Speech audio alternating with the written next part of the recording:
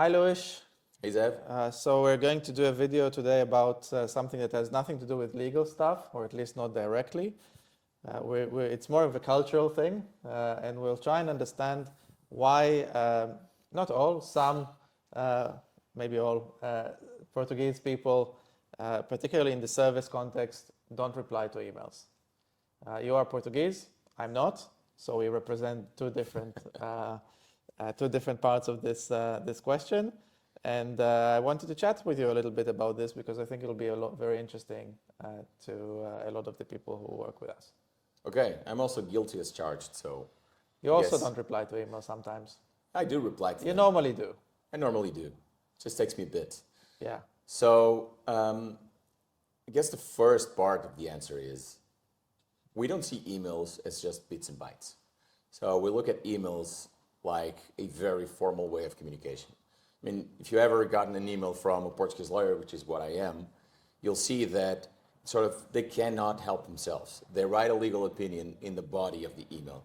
So that creates, in and on itself, a bit of constraint, because if you have 30 emails to reply and you want to reply formally to all of them, it's going to take you a long time. And so you deal with your other work first, and then you get to your emails. But when you get to your emails, there's a meeting, there's a coffee, there's whatever reasons. So it's a last priority.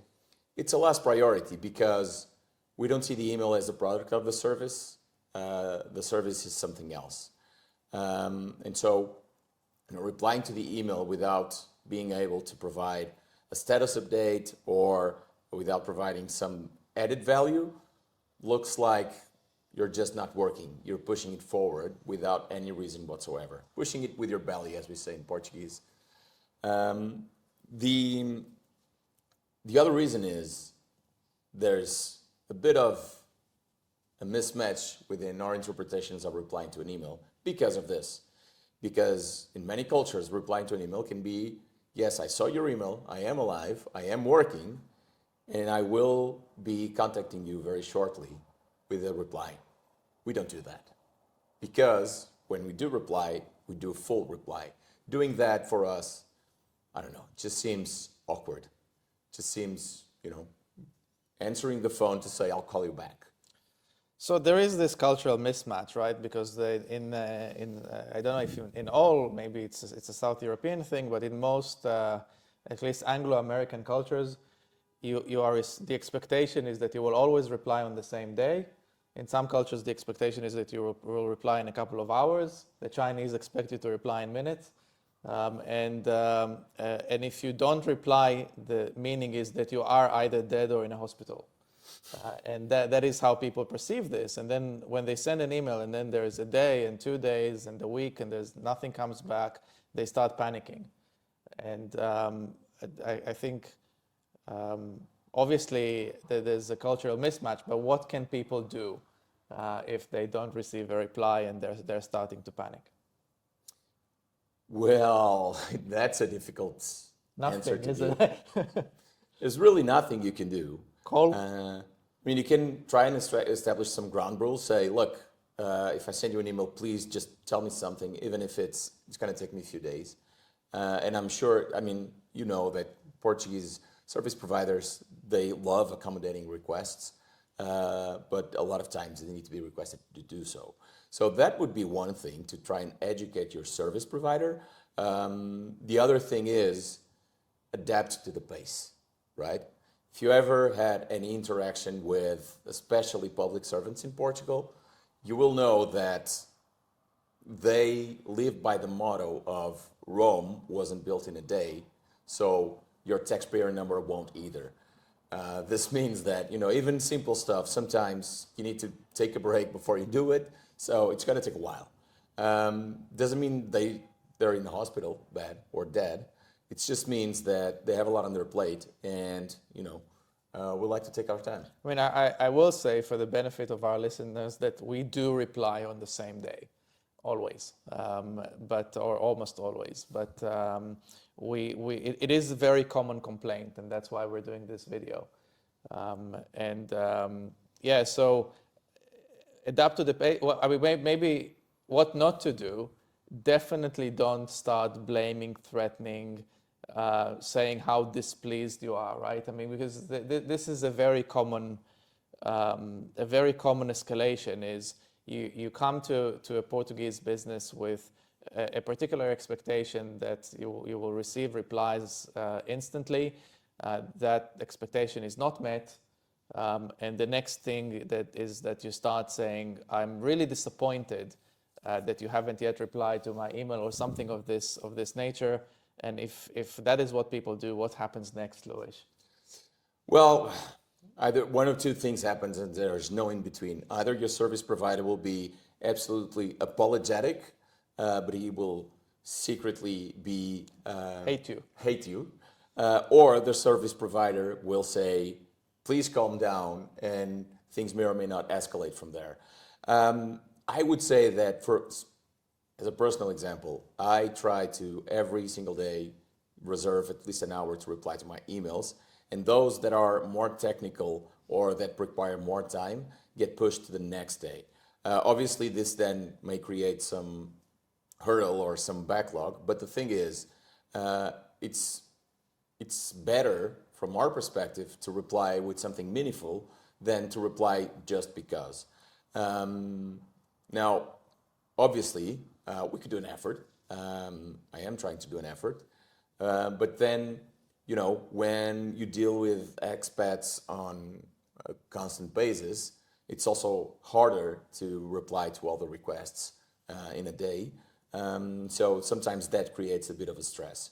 So what I would say is, for clients, adjust a bit to the pace, because that's one of the reasons you move to Portugal, because it's a beautiful country and we like to look at the nature, and that takes time. For service providers, try to adjust to the pace of your clients, because they keep the lights up. They're the reason you have a business. And if it's a hurdle, you don't want to jump. If it's something that distracts you and you don't like to reply to emails because otherwise you'll be constantly checking your inbox, just reserve an hour and let your closest clients know. And yeah, definitely don't start escalating things, because it just taints the relationship. What do you do as a client if your email is not replied to for weeks? I mean, it does happen a lot.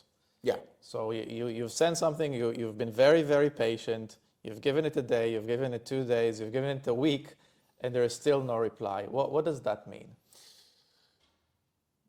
That my reaction will vary depending on the type of situation. So if it's something that I need to get done within a certain deadline, then I will stress after a week, and more likely than not, I will give the service provider a call, try to talk to someone and get the issue sorted, because it's usually the best way to solve things in Portugal. It usually means there is a problem, right? I mean, Yes. if you haven't received a reply for a long time, it means that someone doesn't know what to say. Yes. And they're just ignoring it and pushing it down. Yes, Yeah. exactly.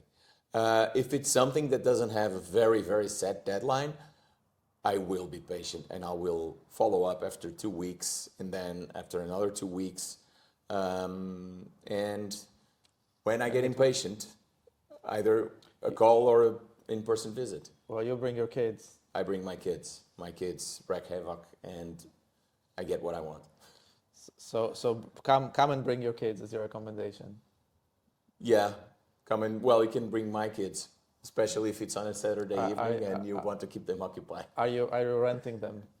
No, you can take them for free. Just give them some snacks. Okay. Low sugar. Low sugar, yeah, very, very important. Great. Well, I think we kind of covered it. I don't know if we solved this problem, but it's very common for people not to receive a reply. I think it's just to kind of summarize this. Be more patient as a client, and give it a little bit more than you would have otherwise given it. But if you haven't heard back within a few days, there probably is the problem. So either change service providers or call your service provider and see if it can be resolved. Because if nothing has happened within a reasonable time frame, maybe nothing will happen. But if it's a long process, then sometimes it does take very long, and there's really nothing you can do about that. Mm-hmm. And so try to enjoy the good sides. But definitely don't get angry, or don't start blaming people or expressing your dissatisfaction. This is another one of these places where if you're very, very dissatisfied and you say that, if you're very lucky, someone will apologize, but in most cases you'll just be ignored more and marked as a troublemaker. Whereas in other countries where you say, I'm unhappy, you will have the manager writing back to you saying, oh, I'm so sorry, and how can we improve your experience? Your experience is not that important. So yeah, you can't blame people, but you can be persistent and send reminders. And from good suggestions to service providers to adapt to the pace. I think there is a very slow trend of improvement. Is that fair to say? Yes, there is. I mean, it is important that if we want to be a welcoming country, we also need to sort of try and learn the ways of at least not leaving people stressed out. We don't need to change to just to please, but not leaving people stressed out is important. Let me just add one thing, which is if the service you hired involves a third party and you don't hear back from your service provider who is interacting with said third party, that's because he hasn't gotten an answer back.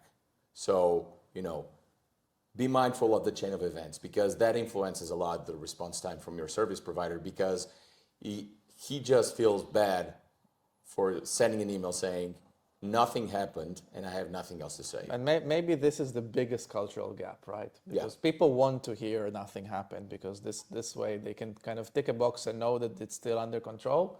Yeah. And the assumption of the Portuguese service provider is that you already know that assumption is false. Yes. People don't know that you've done something. They don't know that you're waiting for a response. And they need you to tell them that, even if it's repeatedly over and over again. So I think this is one of these biggest cultural gaps. Mm-hmm. But if you're on the other side, and if you're the one using a service provider, no, this is their mindset. They don't want to talk to you because they have nothing new to say. But it doesn't mean they're not on it. Yeah. Hopefully they are.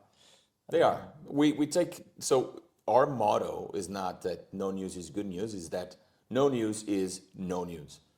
So, that's, if you had that in mind, we like to add value. So we'll be happy to take you for a chat on other subjects, but if nothing happened with your service in particular, it's because nothing happened. Thanks, Luis, for this enlightening cultural explanation. Thank you. Thank you for joining us.